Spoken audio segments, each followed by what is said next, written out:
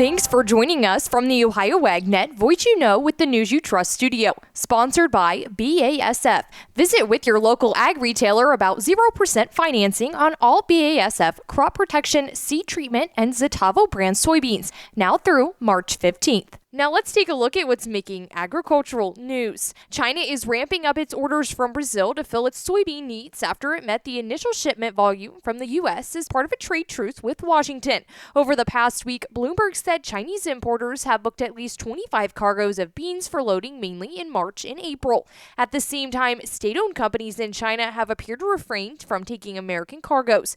Bloomberg said U.S. soybeans delivered to China on the cost and freight basis are at a steep premium over the comparable beans from Brazil for February, so crushing them will likely incur heavy losses for producers. Over the long term, the U.S. said China has committed to buying at least 25 million tons of U.S. soybeans annually through 2028, which means the nation may actually come back for the American cargoes later in 2026. Also making headlines, President Donald Trump said he is raising tariffs on South Korean imports by 25%. Trump announced the move after accusing them of not living up to the trade deal it reached with the U.S. in 2024. In a social media post, Trump said he'll increase levies on South Korea from 15% across a range of products, including cars, lumber, and all other reciprocal tariffs. Trump said South Korean lawmakers have dragged their feet in approaching the deal, while the U.S. government acted swiftly to reduce U.S. tariffs in line with the transaction agreed between the two countries. South Korea said it hadn't received official notice of the U.S. decision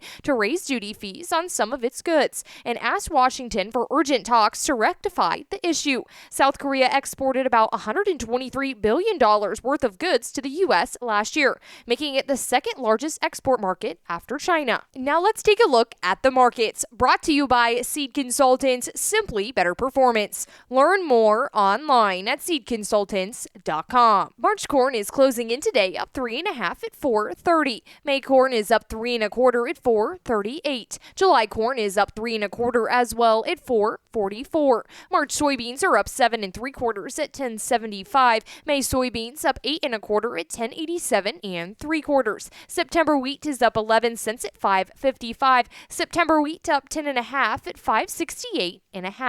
Now looking to livestock, February live cattle is up $1.22 at $236.82. April live cattle up $1.32 at $238.72. February lean hogs is down $1.10 at $87.95, and March feeder cattle are up $3.85 at $365.85. Thanks for joining us. I'm Allison Kinney, and you're listening to the Ohio AgNet.